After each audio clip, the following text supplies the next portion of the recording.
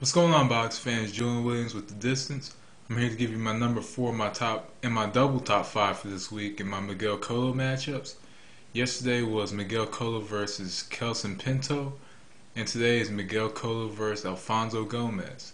Now, this matchup was looked at as kind of Miguel Cotto's tune-up bout to prepare him for Antonio Margarito.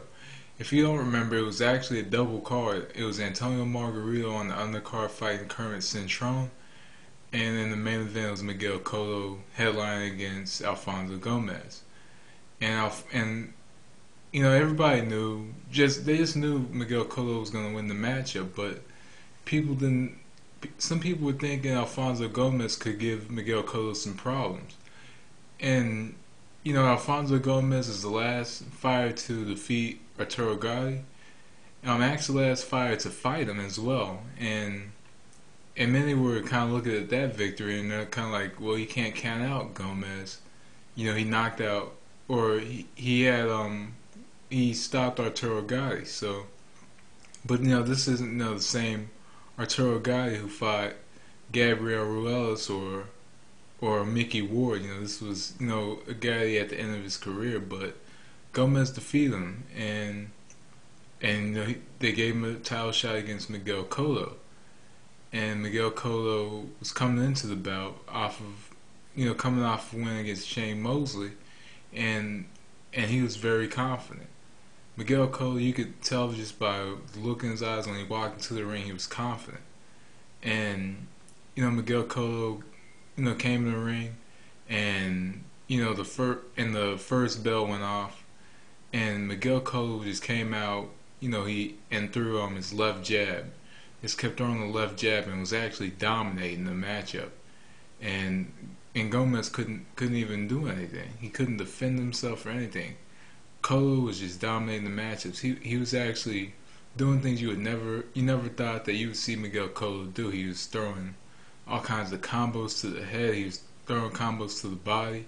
He was just showing off his boxing skill. He was toying with Gomez. He made Gomez look like a sparring partner out there. He was just showing. He was just showing off in this matchup, and Gomez, was just so was just so beaten up. He just started to turn red, and Cotto just had a showcase against him. The matchup was very one-sided, and many boxing experts thought that Gomez had a chance, but he had no chance at all in this matchup, and Cotto was just dominant in that performance. And it had to be one of his most dominating as the welterweight champion. Because as the welterweight champion, he had a couple close matchups, but this matchup against Gomez, it was perfectly one-sided, and Miguel Cotto just fought the perfect fight, and he showed that he wasn't one-dimensional. He wasn't this come-forward fighter who just threw all kinds of body shots and stuff. He showed that he could work behind the jab. He showed that he had good head movement, or he could have good head movement. He was he was actually doubling up his left jab, and it looked good. And it was just too much for Gomez, and it had to be like I said, one of his most dominating victories as the WBO welterweight champion. And it led up to the matchup with Margarito, and and there was like no other perfect way to build yourself into a big matchup of that magnitude at that time, other than defeating Gomez the way that he did. And Gomez, was the underdog, and he fought like the underdog. This matchup, there was nothing he could do to stop Miguel Cotto, and Cotto was just too much for him.